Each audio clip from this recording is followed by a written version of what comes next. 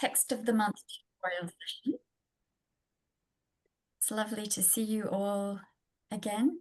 And for those of you who don't know, the Text of the Month initiative is a new initiative that we've been doing for about 3 months now. And the initiative, the idea behind the initiative is for us to be able to focus on a particularly new text that we've published. And we invite a guest speaker to teach on that text or talk about that text, to go into it a little bit more in depth for the audience. And then we have a follow-up tutorial session where we go even more in depth into the text and discuss it a little bit more. And so this is the format that we've developed each month for a particular text. So today, the text in question that some of you may have been at the initial talk that Matthew Akester gave last week. The text is that Grove of Wondrous Lotus Flowers, which is a brief account of the lineage holders of the Secret Mantrayāna Schools. And today the tutorial will be a slightly unusual format. We have a couple of different guests speaking at this tutorial, and we'll be talking about the text itself, but also talking about Khyentse Wangpo's life a little bit, and particularly in the context of the places that he was in Tibet, such as Dzongsar. So I'm going to introduce you to the speakers for today's tutorial. The first one is Jamie Creek, who is one of our in-house translators. Jamie studied at the University of Vienna and has been with Khyentse Vision Project for a number of years now. And Jamie recently has done a couple of trips to Tibet. So I'm hoping he'll be able to share some stories about his recent trips to Dzongsar in particular.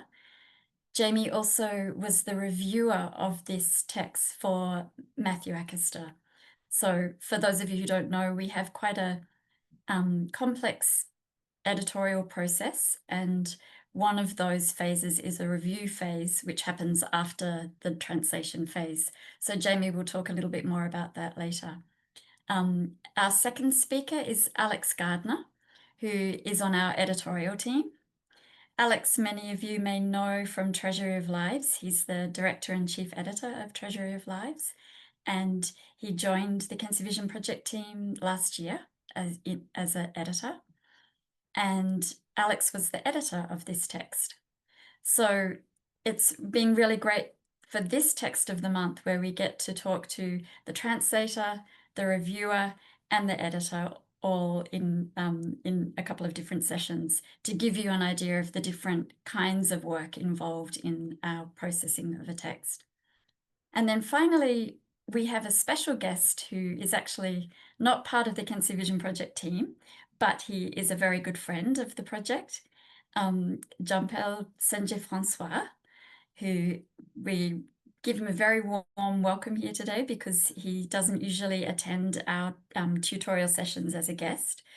But Jampal recently went to Tibet and took some fantastic photos of a lot of the sacred sites that have particular relevance for Khyentse Wangpo's life.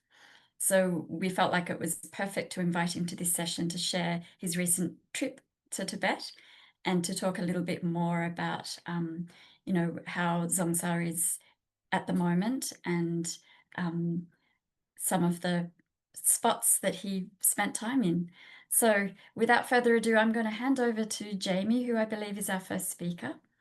And at the end of the session, we will have time for questions. So please, if you do have any questions as the speakers are speaking, just pop them in the chat or write them down yourselves. And then at the end, we'll invite you to ask your own question. So the idea behind these tutorial sessions is that we really would love them to be more of a discussion, and we invite all of our audience to participate, and feel free to ask any question that you feel like asking. So don't be shy. Okay, Jamie, I'm going to hand over to you, and welcome again, everybody, and thanks so much for attending this session. Thanks, Doma, so much for your introduction, and also for staying up so late for us. Yeah, welcome everybody also from my side. Thanks for joining.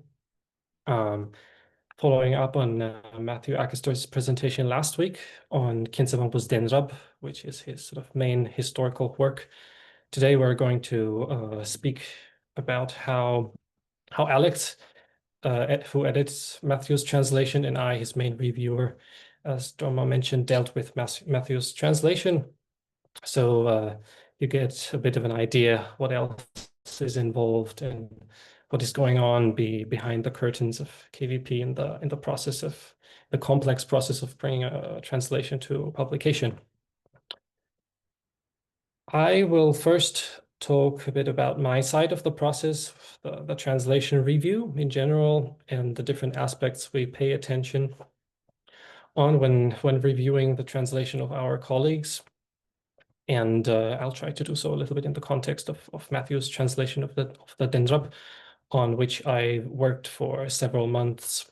And then Alex will speak on the editorial aspects following the which come after the review of the draft translation.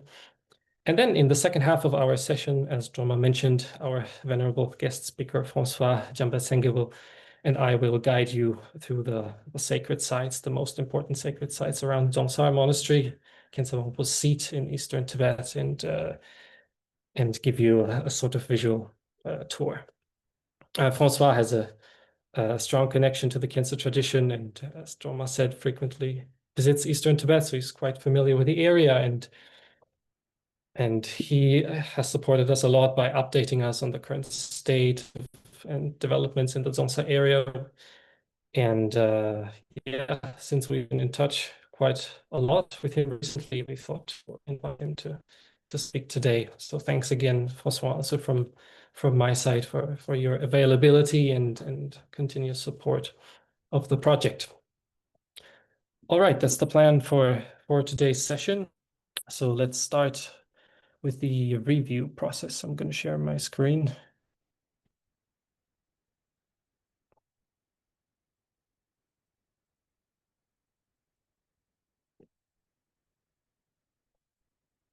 All right. So generally, a review implies reading the draft of the translation against the original Tibetan text word for word. So it's a quite time-consuming, but yeah, extremely important step in our workflow at KVP on the way to publication, to achieve a high-quality translation that is, first of all, accurate. Yeah, which is the most important aspect of the review process to ensure accuracy. And yeah, at the beginning, first of all, the reviewer evaluates the translation for completeness to make sure that none of the elements in the original text, of course, whether that's individual words or sometimes even sentences that might have been overlooked by the translator, which is especially important for longer works of several hundred pages, like Matthew's text. Yeah. And in the case of the Denrab, which contains many long lists of abbots of specific monastic institutions in Tibet, with sometimes over 50 names. And as you may know, Tibetan names are often very long, with many titles and epithets and everything. So it's important to make sure that none of the elements were missing and that they're all accurately represented in the translation. Another interesting aspect in this context is that the Denrab contains quite many of these small annotations between the lines in the Tibetan text. Chen, they're called in Tibetan. That these are notes that seem to have been added later on. We can't really tell by whom or when they've been added. And there it was my job as a reviewer to make sure that none of them were missing in the translation. Then we focus on comprehensibility and, as I said, accuracy of meaning. We try to make sure that the meaning and tone or voice of the original work comes across, that it's comprehensible and reflected accurately in the translation, which of course includes making sure that the grammar in the original has been understood correctly. Yeah, this is really the core aspect of a review. Then consistency is another important point. We try to make sure that technical terms are rendered consistently for recognizability, for example. For important technical terms, we have a glossary. So in our reading room, when you hover over a term with your mouse, you can just click on it, and the glossary entry will pop up at the bottom of the screen. And yeah, if technical terms are not rendered consistently in the translation, that makes it very difficult technically also to link glossary entries to them. Yeah, and due to the nature of the text Matthew worked on, the Dendrop, his translation is generally a bit more on the scholarly side, a bit more research oriented, because here we are dealing with a historical work rather than a sadhana text, for example, or an inspirational prayer. And it's often important to contextualize certain passages at least a little bit to make them understandable for the ordinary reader who might not have all the background knowledge that is necessary to appreciate what Khyentse Wangpo is saying in certain passages of the text. For that reason, Matthew's made use of footnotes, yeah, which of course require review as well.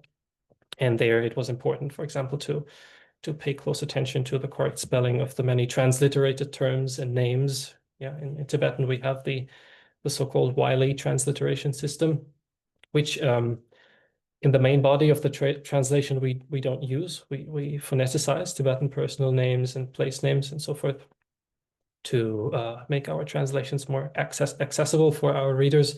But in the footnotes, Matthew used the universally accepted Wiley transliteration system, which is necessary and very important for people doing historical research who need the exact spelling of these terms and places, especially for the lesser known or obscure ones. Yeah, for example, where sometimes you can't immediately guess what the actual spelling is just by looking at the phonetics.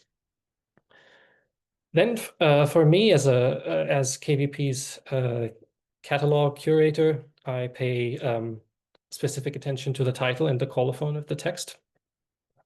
At the beginning of our work at KVP, I created a comprehensive catalog of Khyentse Wangpo's collected works.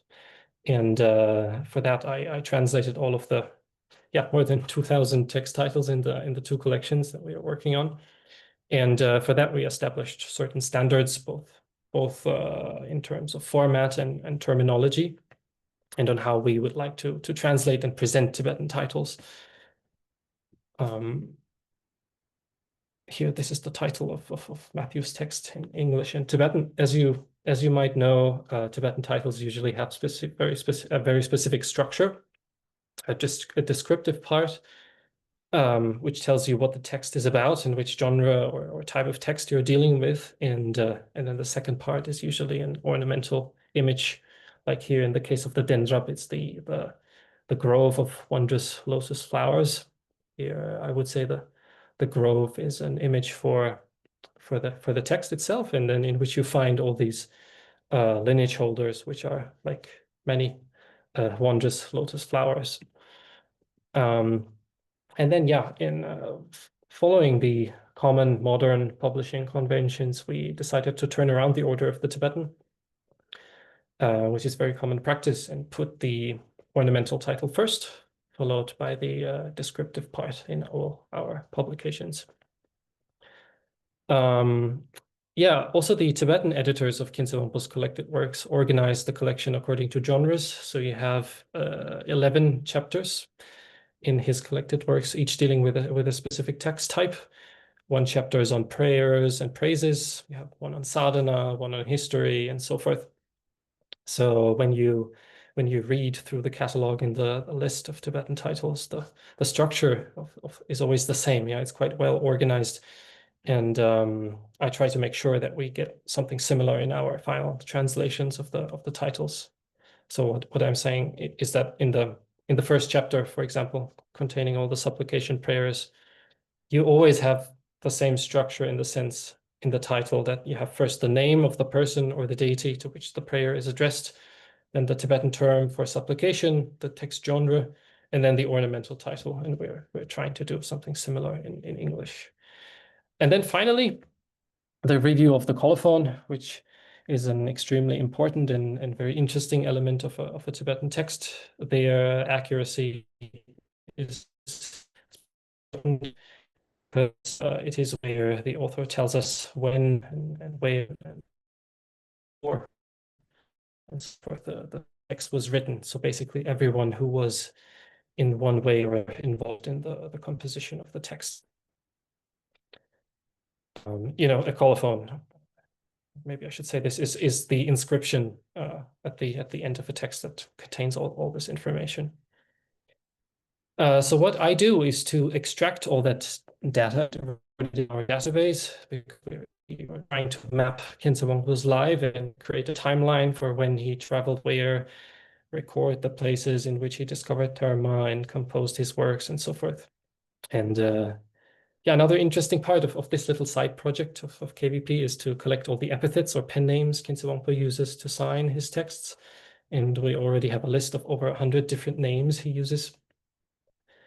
So I extract and collect that information as well.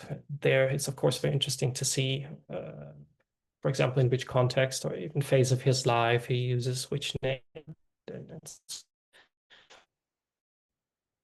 All right, so that's it for the review. Then I'll say over to you, Alex, to talk a little bit about the editorial side of things.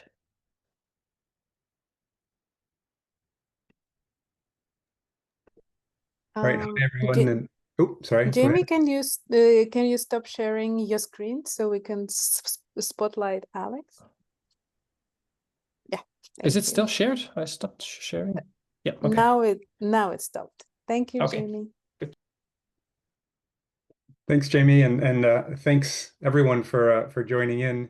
I do hope we have a good conversation coming out of these three presentations. So first. So I was fortunate to be the editor of this text, and as Jamie went over the review, you'll see that he read the Tibetan alongside Matthew's translation and checked it for accuracy and legibility, and then I did the same thing. And whereas Jamie's focus was more on making sure the translation.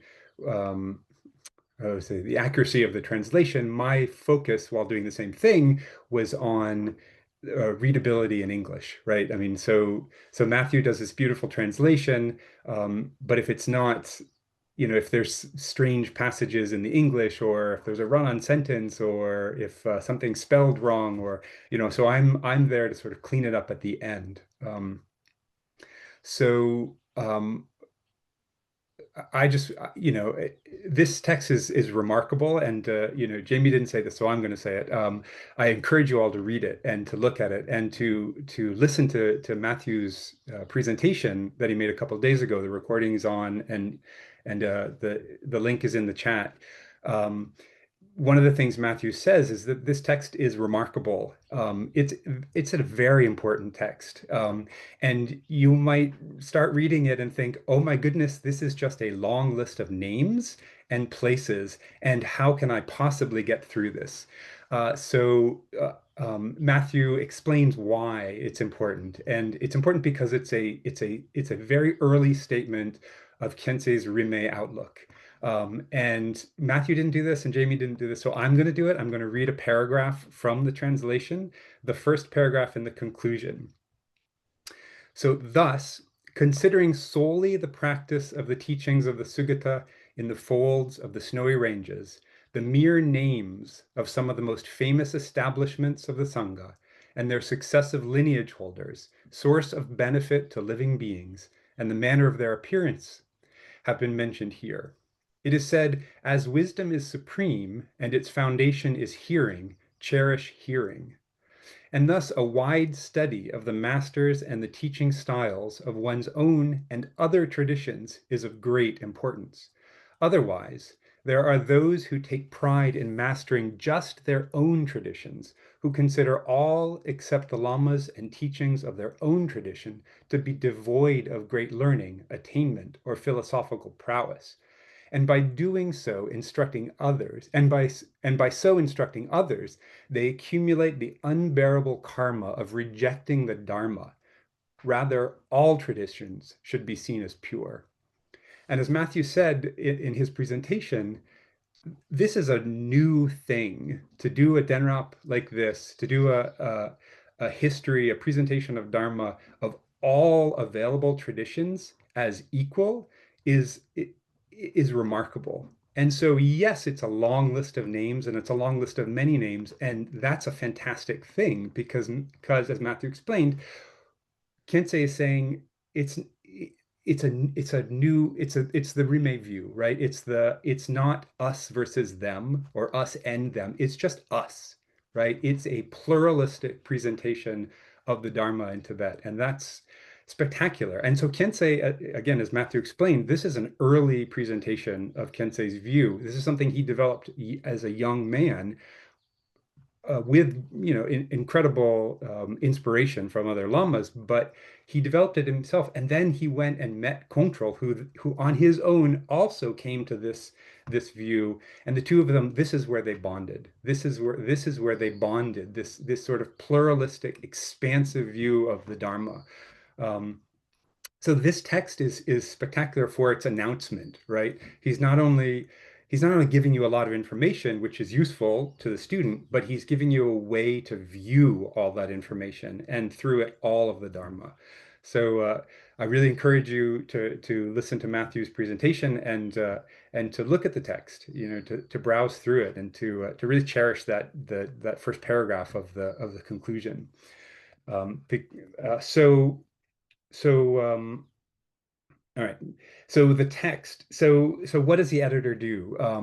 Again, I pull up the Tibetan on my screen, and I pull up Matthew's translation, and I pull up the glossary, and I go through it word by word, reading the Tibetan, reading the translation, and I have the advantage of Jamie's comments in the margin.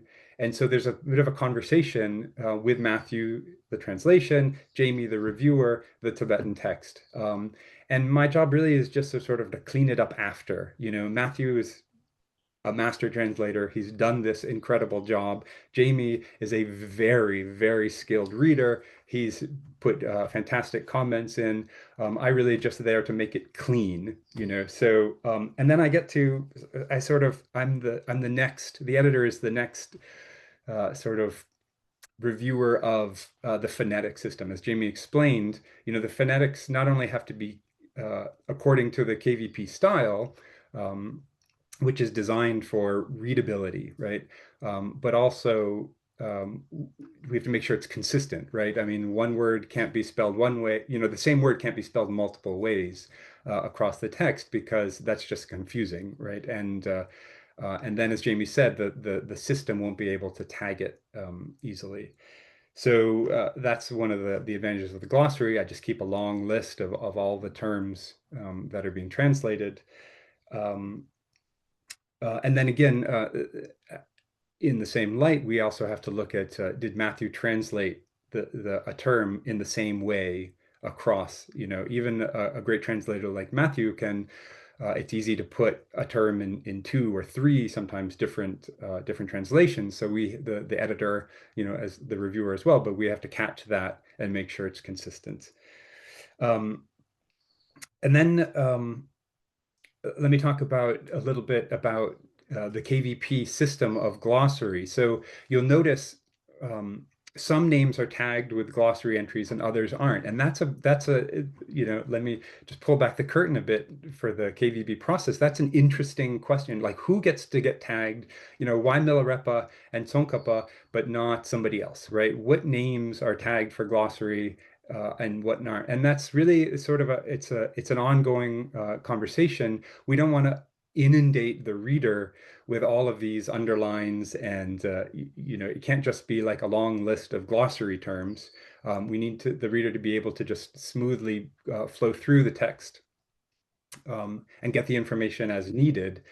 So we try to find a balance between tagging everything for a glossary entry and leaving the text really just in a way to speak for itself. So, you know, me, with my background and my other job, I want to grab every single person. And as Jamie said, we have to find out who these people are.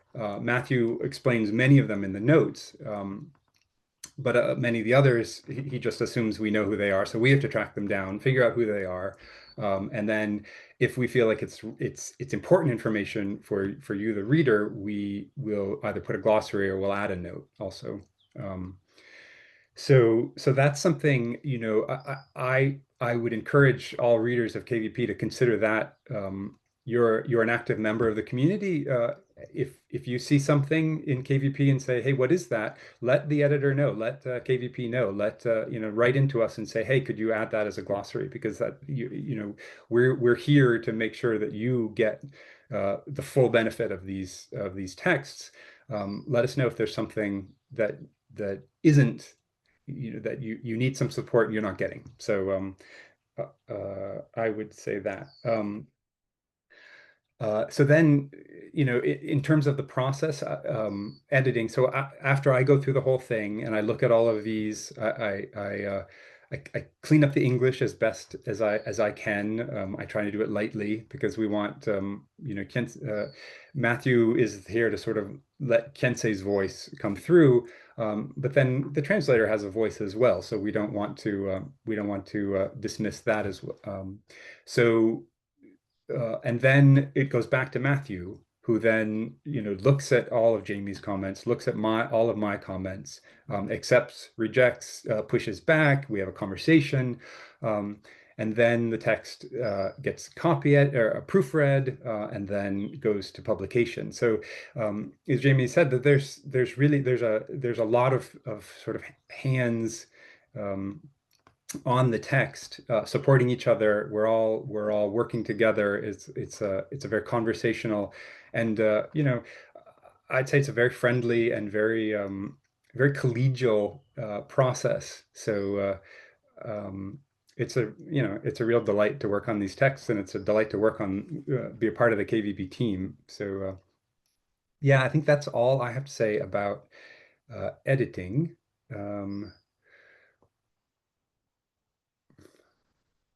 So there's, as Ina said at the beginning, please put your questions in the comment fields, and you know, for Jamie and me. But the next section of this presentation, we're going to go to Jampal Senge François, and we'll have him show images of Khyentse Wangpo's sites. And you know, I say, all three of us have been in Dzongsar, and all three of us have had the benefit of sort of walking where Khyentse Wangpo walked and studied and practiced. And it's incredibly inspiring because all of this erudition, all of this practice, all of these experiences, the visions he had, the people he met and spoke to, you know, they happened somewhere. And it's easy to forget that. It's easy to forget, you know, and just think, oh, it's sort of abstract and off there. But no, these were real people who lived in bodies in the world, right? And they affected the landscape, and the landscape affected them. So I'm a firm believer in understanding people through where they practiced and where they studied.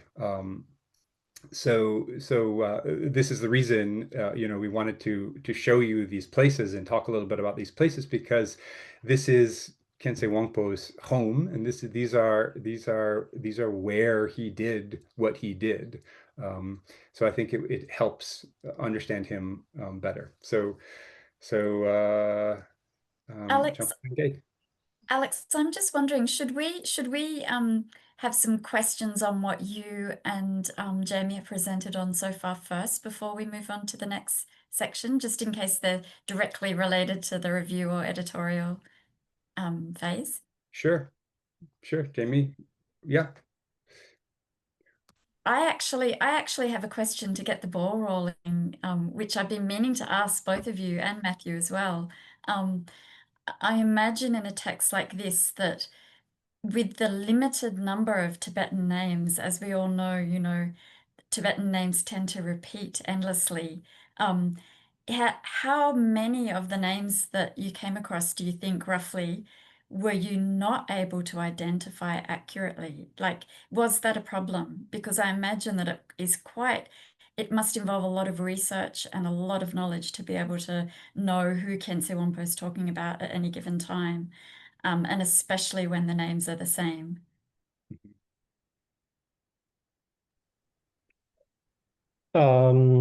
That's a good question in terms of number. I can't tell actually. Is Matthew here by any chance? Not sure. I He think joined. yeah, there was. I think there was a fair number of people that remained unidentified, but I think the majority is identified, right, Alex? Yeah, absolutely. I mean, especially a text like this where he's giving you the famous people. He's giving you the heads of monasteries, the founders of monasteries, the major figures in the lineage. We were able to identify most of them. Exactly. Yeah.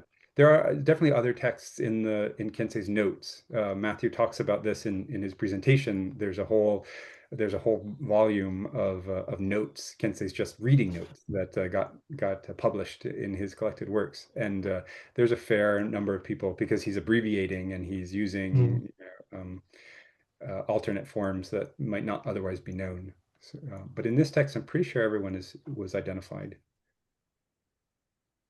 That's amazing. That must have required an enormous amount of work on all three of your part. But yeah, it's good work, right? It's fascinating. I mean, I know Jamie and I both love to, really figure things out. They're puzzles that are fun to.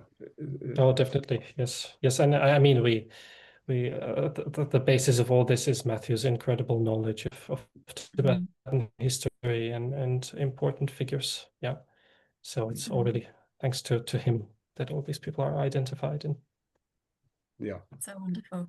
I know that Heidi also had a question related to your part of the presentation. Heidi, did you want to ask that?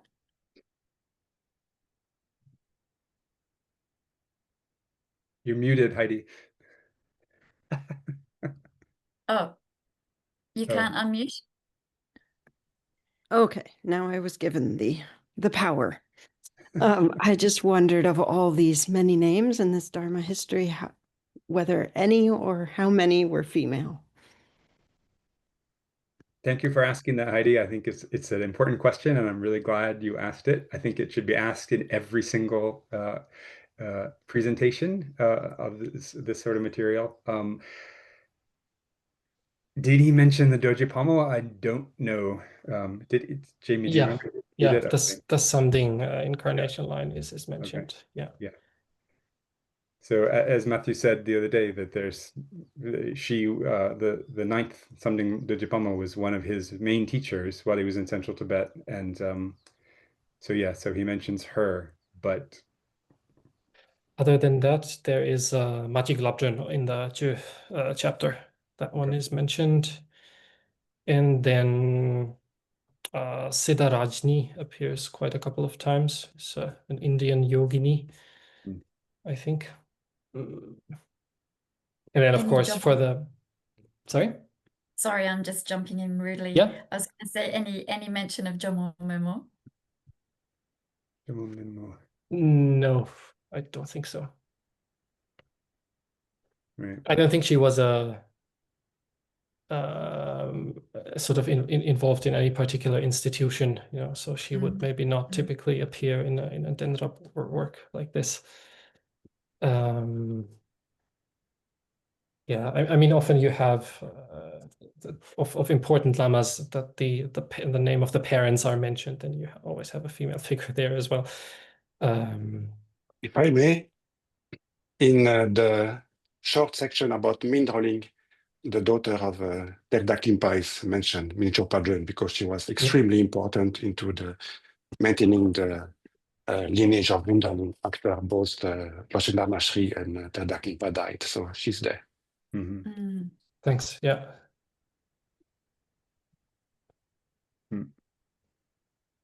There's one other question in the chat. Sorry. No, I was Sorry, just Jim. going to finish this by saying, of course, the overwhelming majority are male figures. Yeah. Kent Sandvik is asking, does Khyentse Vision have a global glossary of names and places used across all texts, and is it published?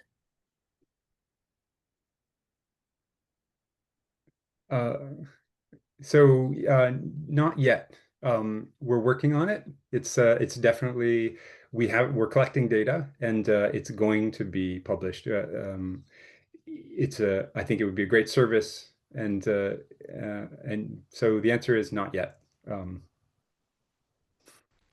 There's, we're talking about links to the Treasury of Lives and the Buddhist Digital Resource Center, which, of course, have massive data on people and places.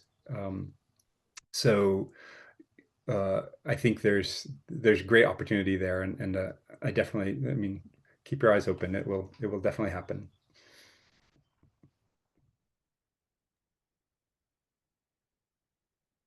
Okay, if we don't have any more questions, maybe we can move on to the next section.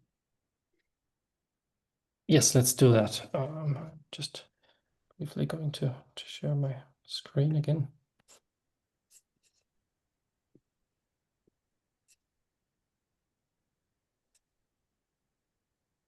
Okay, now let's talk a little bit about the sacred sites around Dzongsar.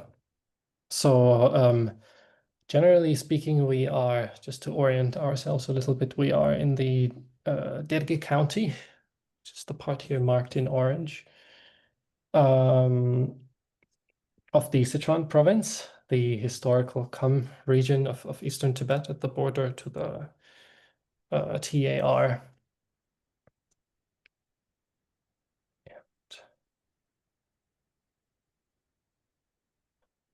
Okay, this is a little map of the Dzongsar area. I encourage you to zoom in on your, I think you can do that on your Zoom screen if the names are too small. Dzongsar Monastery is here.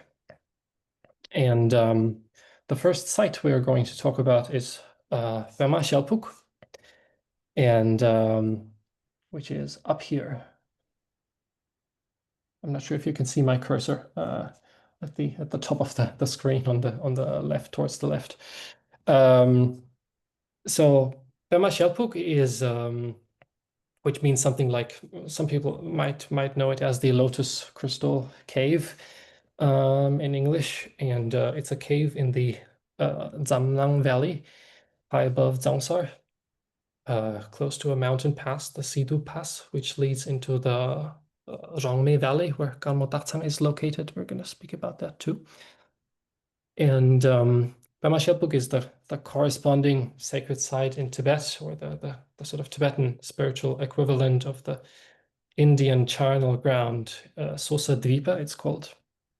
It's supposed to be located near Bodh Gaya. And that was where Guru Rinpoche had a vision of Amitayus and practiced longevity sadhana. At Pema Shelpuk itself, Guru Rinpoche is said to have practiced the Deshik Dupa, the union of Sugatas. And it's a hermitage, yeah. And it was first formally sort of established and consecrated. The Tibetans say opened in the 1850s. I think it was 1856. So when Khyentse Wangpo was in his 30s, by himself and by Chogyur Lingpa. According to legend, the cave was haunted by evil spirits before, until Khyentse and Chokling drove them away when they blessed and consecrated the site. And people of the area, they used to call it the ghost cave. Yeah, it is the place where Chokling and Khyentse later revealed the three classes of Dzogchen, the Dzogchen Desum, which is the main terma of the site, was foretold by the Dzogchen protectress Ekadzati, this revelation. And then also I think the Zaptik Drolma was revealed by Chokling there as well later. Guru Rinpoche himself spent time in retreat there, accompanied by his disciples, his consort Yeshe Tsogyal and Berotsana, the translator. And the teachings he gave to them during that time, which were written down by Yeshe Tsogyal, they resulted in the Dzogchen Desum.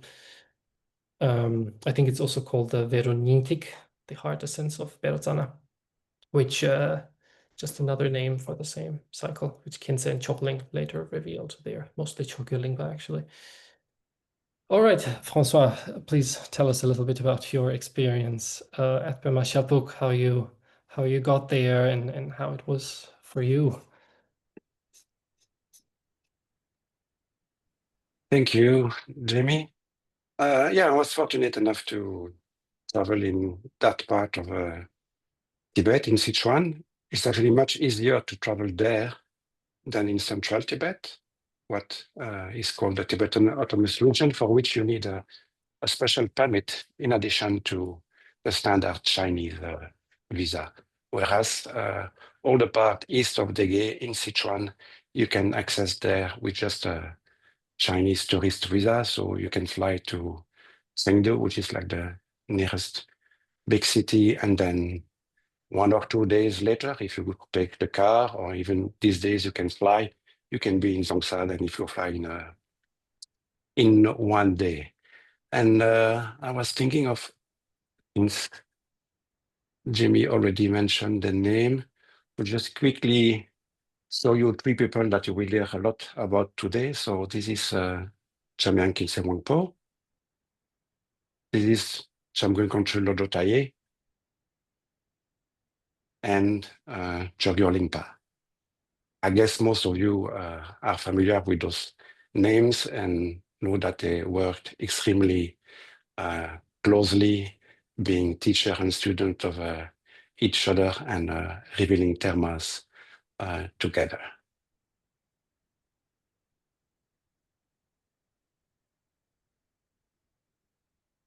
Then we'll start with Dzongsar. So Dzongsar is about 3 hours, 2 or 3 hours from Dege. It's actually a very small road leading to the Meshe Valley, and there is nothing, no other road, there's nothing at the end of this valley. So what is quite impressive is actually this small road along the river. Everything that you will see in this picture, all the bricks and metal, everything went to that very small road. This is totally incredible, and they're actually working these days at making the road bigger, which could be a good thing and maybe a not so good thing also, because this is still really very much preserved and very quiet, and very much the whole valley is centered around the Dzongsar monastery. So you can see here on this picture on the left a bit higher, that's Dzongsar monastery with the different temples, rooms, and then the houses where the little huts where the monks live. I don't think that anything there is older than 40 or 50 years old. My understanding is that everything was destroyed during the Cultural Revolution.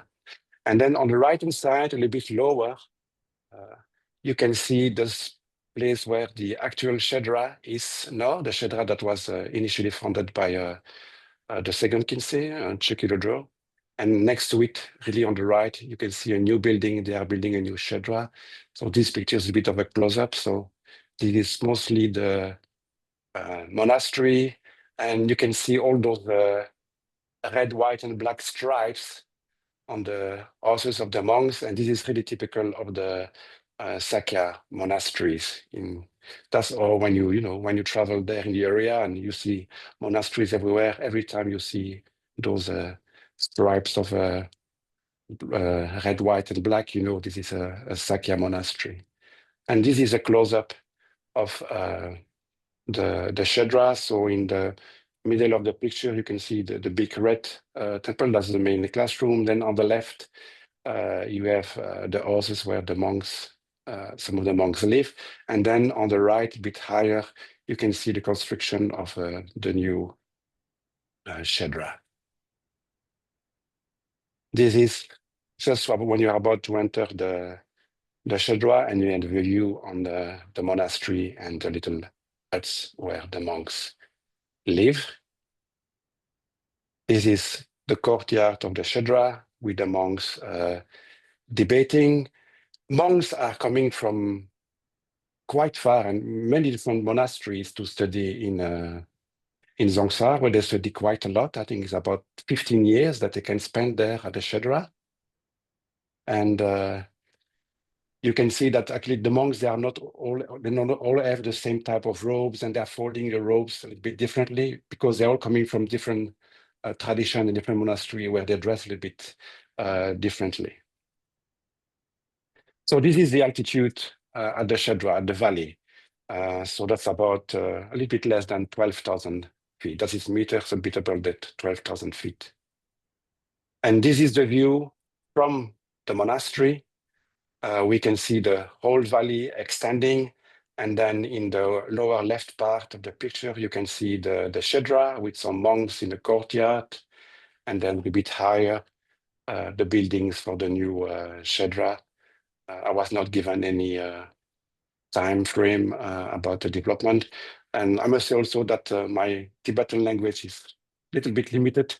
So I'm not always getting the best, or not can understand the best the information that I'm giving there, because there's almost no one speaking English. So it's going to be Chinese or Tibetan when you want to go. There are so few people, but they are really in high demand. So it's not easy to have them. And maybe also they are not familiar with every aspect of the monastery.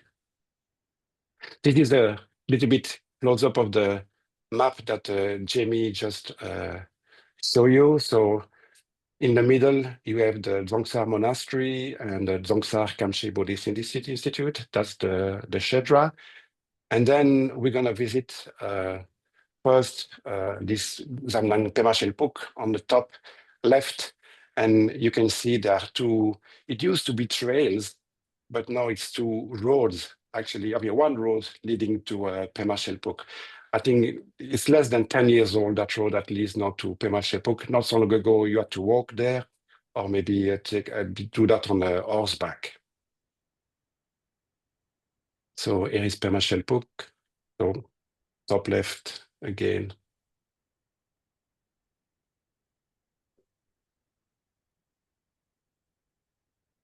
Okay. Yes, so this is Pema Shelpuk. You can see the road that extending there and the building itself. So it's built around a cave in the rocks. Again, this building, I think, is from the late 90s. That everything there was destroyed and was rebuilt in the 90s. So this is the altitude of Pema Shelpuk. So it's about 900 meters higher than Dzongsar. So it's about almost 15,000 feet, the altitude there. And this is the entrance, the path that you follow when you enter the place.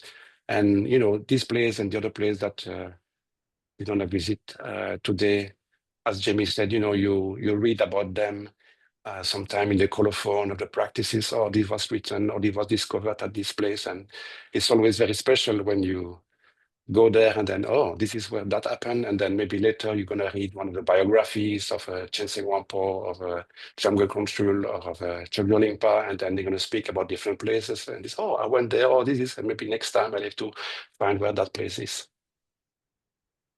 And there is about a couple of monks staying there all the time. I was always going there with a guide, and yeah, I went always with a vehicle. Some people do on foot still, but I went with a vehicle there because when you have to climb on that altitude, at least for me, it's a bit difficult.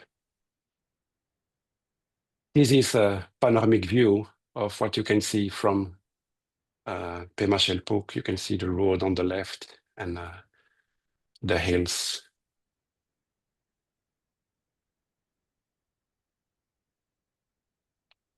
Then when you actually get in, you have to climb that log made into a stairs to go to different rooms of the building, and the main cave is at the top of the building, and this is what you see when you're in. And then from left to right, you have Jamyang Khyentse Wangpo, and behind him you can see an old sculpture of Mandarava. Mandarava is not made this brand new, beautiful statue of Mandarava on the right-hand side of Go Rinpoche.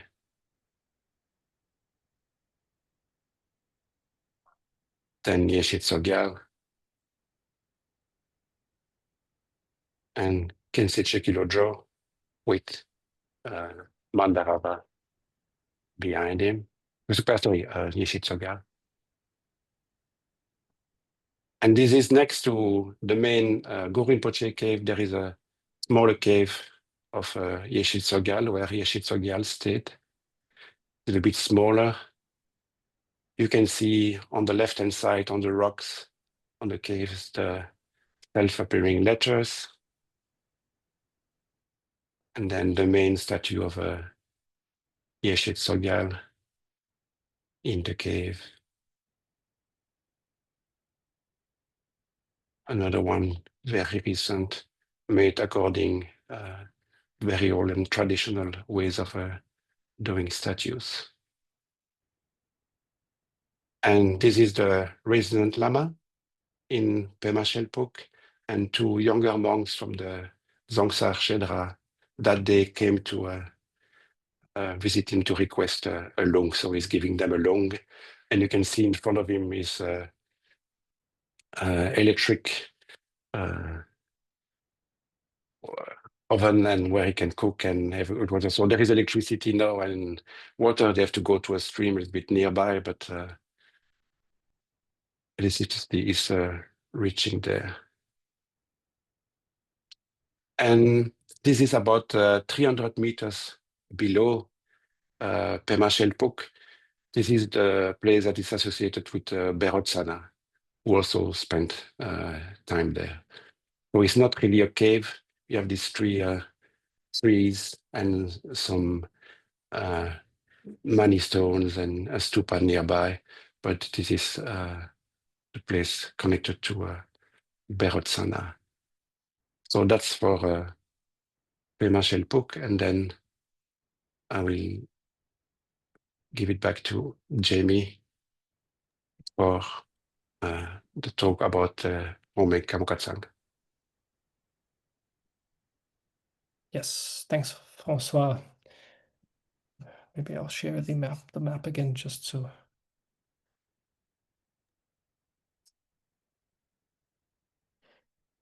Okay. I'll show it again if you like. Okay. Yeah, sure. You can show it again as well. Yes, the next site we're gonna talk about is Kanmo Tartsang and the Senge Yumtso, which are here in the upper right of the map.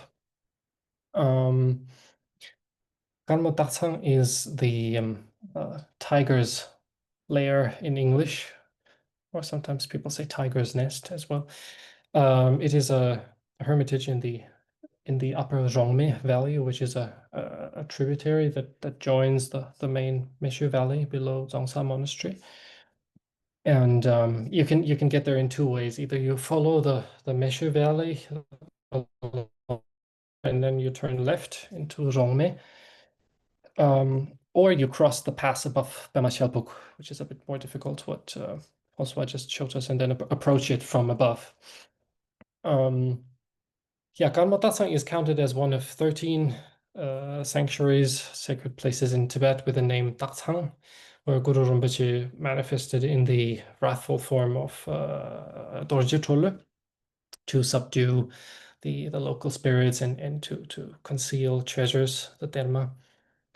And the hermitage at Kanmo Tartsang was first formally established and consecrated, opened in the 1860s by Chokling and Khyentse, who also made a joint revelation there of the Lamjim Yishinyingbo and the Sasum Gyutrul Tower, I think these two,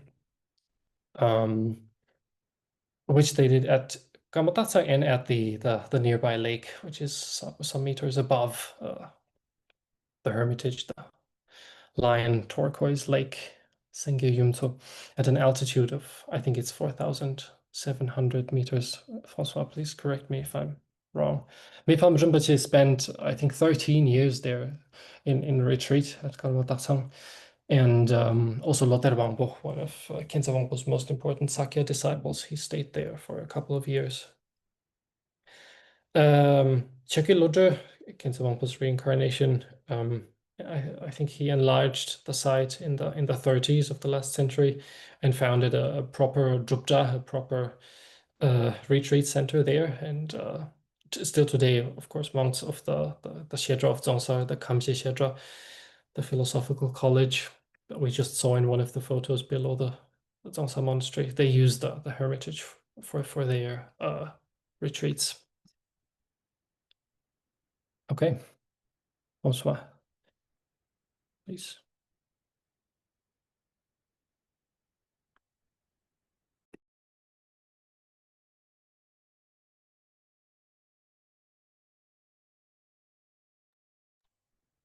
François, you're muted.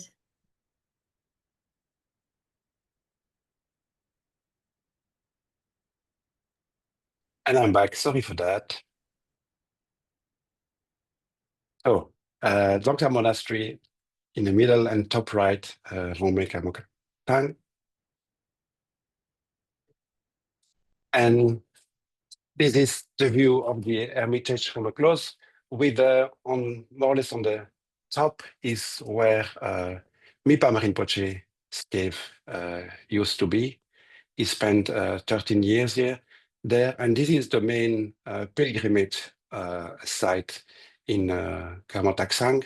There are two smaller caves associated with Chogyal Lingpa and Revelation of Chogyal Lingpa, but they are permanently occupied by lamas in retreat there, so they are not open to public. It's very difficult to visit them. So most people who visit Gamotaksang do it to visit Mipam Rinpoche's room, so about 15,000 feet elevation there. Also, you can access it with a car or a motorbike, so quite easy for tourists like me. This is the view from above Mipam Rinpoche's cave, and you can see a bit lower a few houses. That's where the lamas from Dzongsar will come and stay in retreat. My understanding is that the places, these houses are mostly occupied during the winter. And recently also, they built a community hall, and nomads of the area come there once a month to practice together. My understanding is that recently, Dzongsar Khyentse Rinpoche and Khenpo Pilsok Mondial, who was the main Khenpo there in Dzongsar, they asked the people of the valley to practice the Tsatsum Dildrup. This is the main, is a three rules practice, term revelation of Jamyang Khyentse Wangpo. And so every month they will come there and have a talk of the Tsatsum Dildrup. Is a practice that's also practiced quite by many of Rinpoche's Western students. This is inside the cave and Mipam Rinpoche's house. They say this is the fireplace. I don't know if it's exactly the same or it was also rebuilt, but that's where he used to cook. And then this is the room where he stayed about 13 years. Many of Dzongsar Khyentse students and also in other Sangha practice the shower of blessings, this Guru Yoga based on the 7-line prayer. It was composed while Mipam Rinpoche was staying there.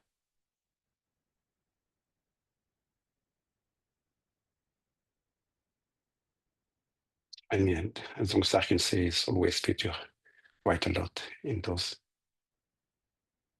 pictures.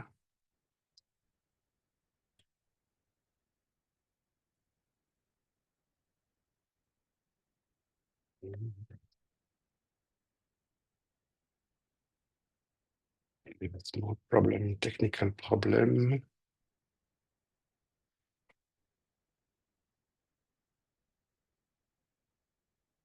Okay, my screen is broken, but I think it's finished for Rongmei Kamontaksang. Maybe, Jamie, if you could say something about the lake while I try to fix my computer. Thank you. Yeah, take your time. Sure, no problem. I just wanted to add, because it's interesting that you say that monks are practicing Tsasom Triljup there, because when I went, Heidi and we went there in summer last year. Heidi Nevin, one of my colleagues, and there was a Tsasom Triljup sadhana was lying on the table when we entered the room, and yeah,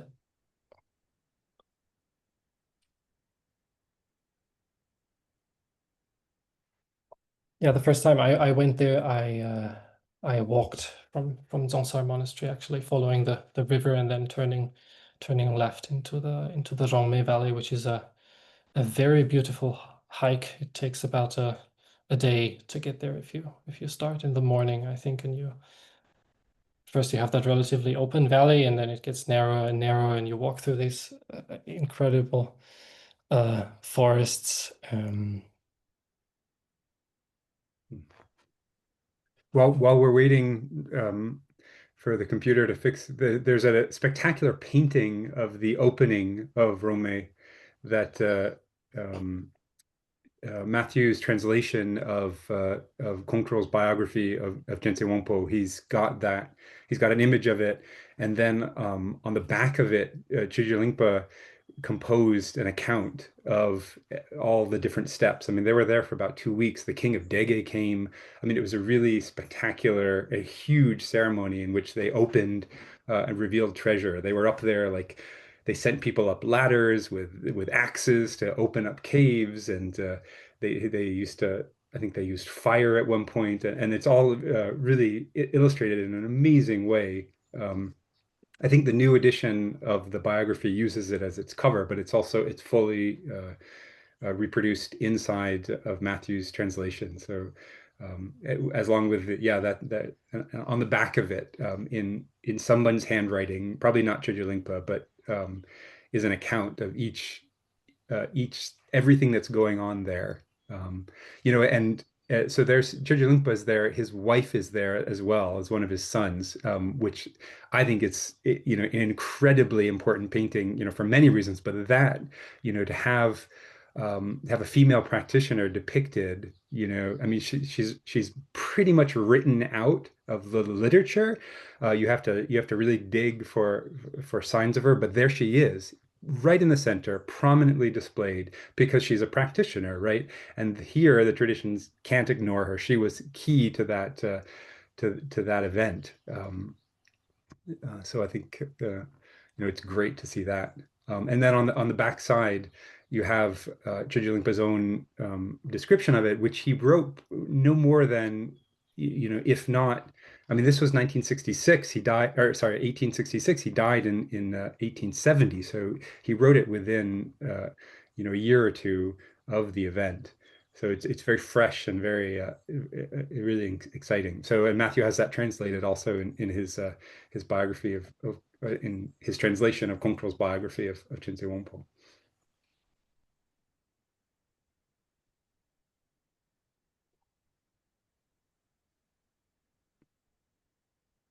That's the lake up there.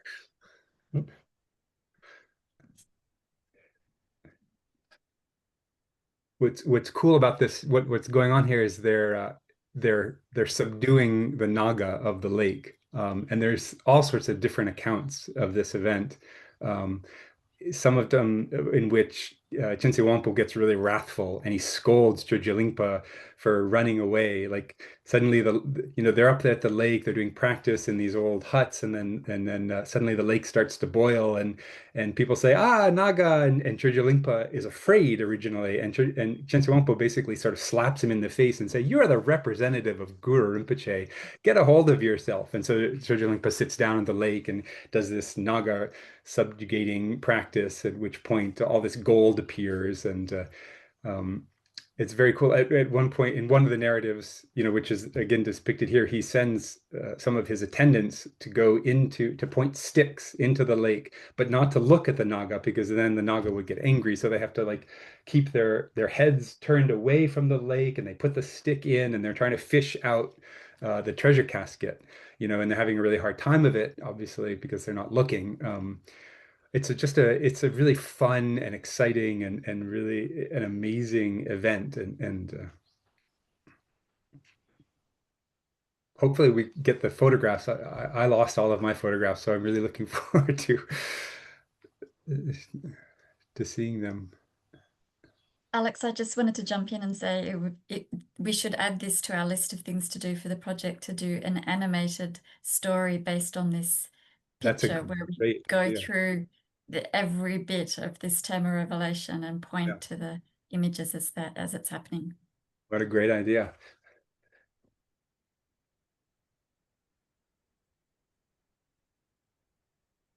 So that you can see the axe, you can see the fire.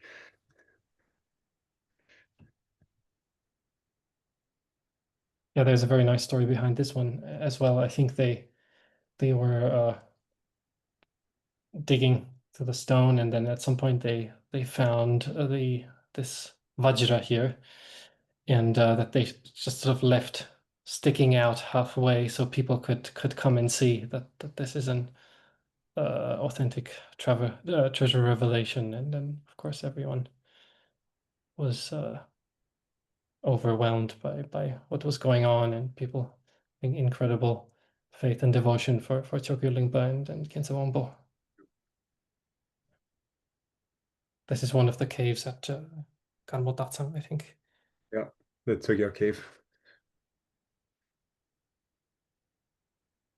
And here you can see I think it was juniper trees that they cut and used as ladders here to get to the caves.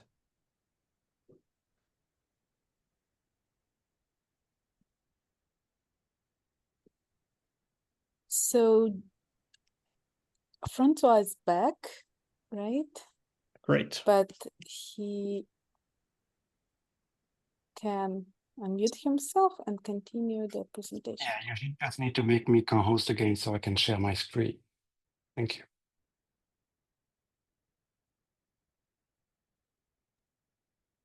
Sorry for the interruption. It happens. So we are now moving to the lake that is above Kamo Taksang. You can reach Kamo Katsang with a car or a motorbike, but the stretch from Kamo Katsang to the lake, you still have to do it on foot. It's not that long in distance, but it's quite a climb. So it took me about an hour and a half to walk that with my guide, and because it's getting quite high, usually, I take 10 steps and then I have to stop and sit for a couple of minutes to just catch my breath, because it's really it's not the legs, it's really the heart and the lungs that cannot cope with the lack of oxygen. And you see it's already a little bit high, so there's not much vegetation, even less when you get near to the lake. And you can imagine that the roads, they change. They were not there at the time of Jamyang Khyentse Wangpo and Chögyal Lingpa, but these stones, I don't think they moved that much since then. So it must be extremely similar to what Jamyang Khyentse Wangpo and his entourage would see. Understand that when they retrieved one of the termas there, the old court of Dege was there. So imagine you have the king of Dege and his retinue all climbing up there to reach the lake. That's what you see when you reach the lake. This picture was taken in June, and the lake was still partially frozen. I think that Chögyam had to break the ice to get the therma. And for us, so this is the altitude there. It's about more than 4,700 meters. So that's above the 15,500 feet. And for a second, I will take you back to Dzongsar Monastery and this mural painting depicting the life of Jamyang Khyentse Wangpo. And you can see on the left-hand side of his right hand,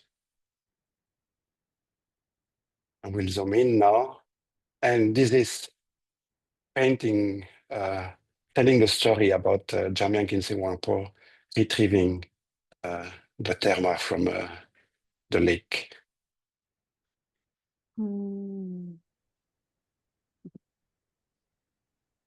So this is the lake, and you can make a kora circumambulation around it, being a bit careful because on the opposite side the slope is quite steep and all these stones are slipping. So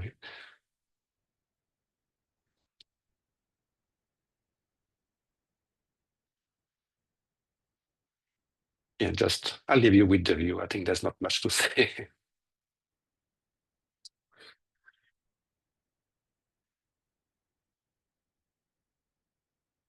Slightly different angle.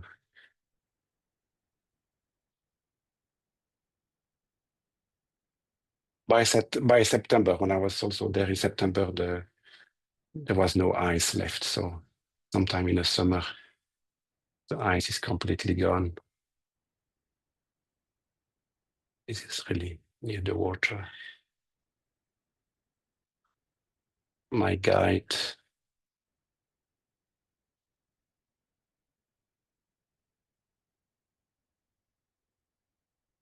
Yes, this is for the lake. And maybe Jamie can talk about the next spot. Yes, maybe I'm not going to show the map again. You can do that. Then I'll do it, yeah. So the next site is Yagen Chungdak, which is a bit less known. They also call it the Kyongchen Balzong, or the Garuda Mountain. It's basically the mountain behind Dzongsar Monastery. There's a small road just next to the monastery that leads you there. And I myself have not been there yet, so I'm very curious to see your photos, François. It is said that also here that many masters of the past, like Guru Rinpoche, Yeshe Tsogyal, Vimalamitra, and so forth, meditated there. And it's the Tibetan equivalent of the Maratika caves in eastern Nepal. Yeah, and the site was initially consecrated by Khyentse and Kongtrul. And Khyentse Chökyi Lodrö, his incarnation, formally established the site later in the 20th century, in the 50s, I think, in the early 1950s.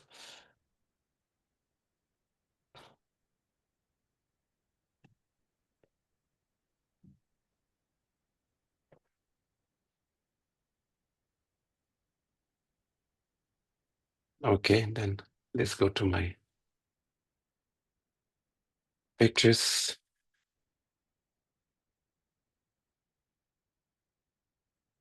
So you can see, as Jimmy just said, the cave is really above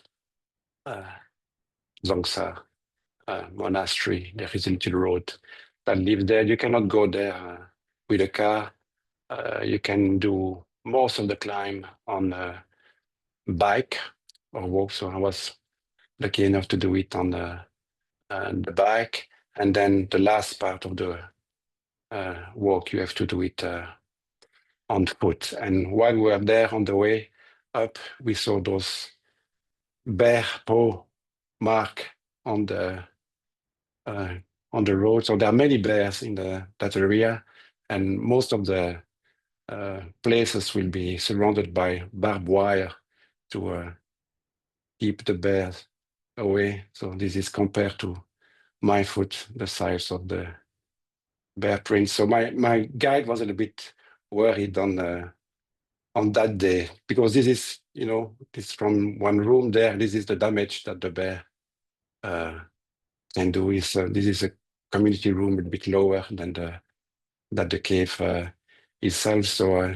my guide said, "Oh, let's take an axe and I will fight the bears away if they ever come." But fortunately, no bear showed up on that day, so we didn't need to use that axe. But then a couple of days later, when we were going to the lake, then we could see a couple of bears, but very, very far away. So there was no danger. And I didn't hear anything about bears attacking people, but they just want to be safe, especially when there is a foreigner.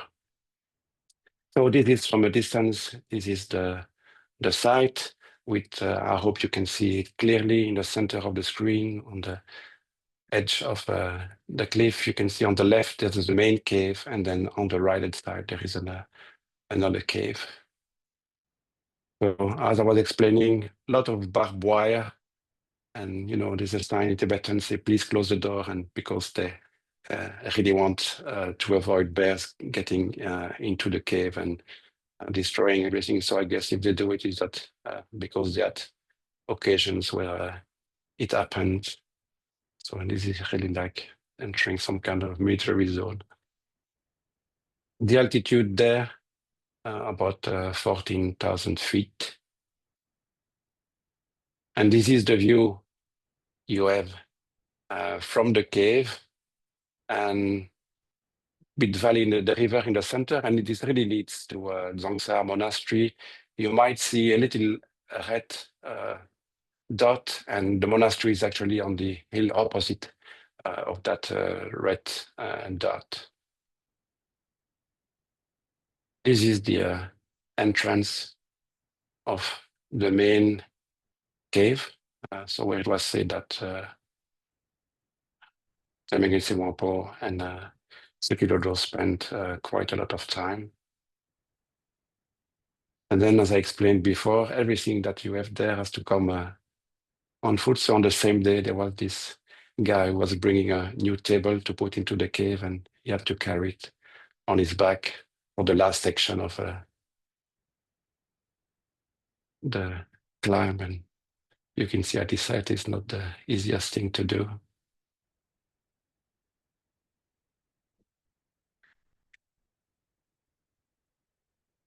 And this is inside the cave. And in that cave, they even built a fence to protect the shrine from bears, because it seems that the bears were at some point able to even cross the barbed wire and everything. So they're extremely careful. I think this is the only cave where I saw that, and this is for the bears.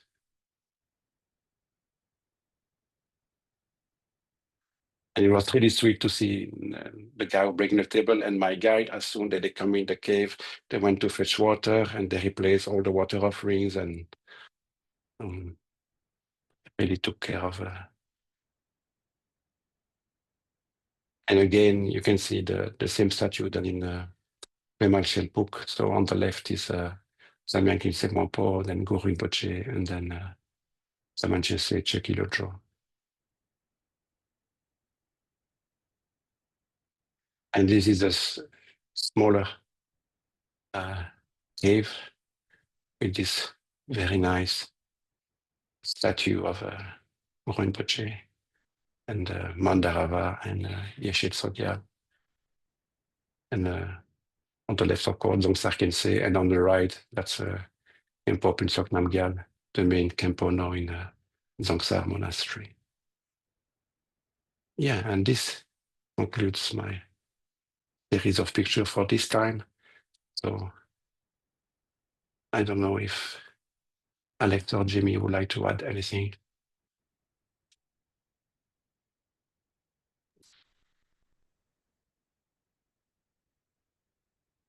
Thanks so much, François. No, I think we can stop here. Thank you, everyone, for joining. And thank you, Francois and Jamie and Dolma for putting this together. Thank you, all three of you. That was really magnificent and so, so inspiring. I mean, there's nothing quite like seeing those spots. There's something very powerful and palpable about the blessings, just even online. It's quite extraordinary. So thank you so much for François for sharing those beautiful photos that you took. Very beautiful photos. Thank you so much for sharing You're them with most us. welcome. And thanks so much, Jamie and Alex, for also going through over the editorial and review process with us, and for talking a little bit about your work, and especially also for showing us that tanka of the Terma revelations. I feel like those stories are so fascinating, and I mean, I personally never tire of hearing them. So I feel like we could do another session just talking about the stories that exist about all of Khyentse Wangpo's Termas, especially the ones he co-discovered with Chogyal Lingpa, and that could make a wonderful session in the future. So let's do that. There was actually one other question in the chat. Somebody asked whether the tiger's nest that you mentioned, the tiger's lair place, is related to the Taktsang in Bhutan. Is there any relationship there? Do any of you know? It's one of the, I think I mentioned that there are 13 Taktsang in the area of, I mean, Bhutan is included, not just Tibet, also Bhutan, yeah. And it's related to Guru Rinpoche manifesting as Dorje Cholo. That's that story. So in that sense, you have 13 Taktsangs over the Tibetan plateau. And Taktsang and Galmo Taktsang and the Paro Taktsang are two of them.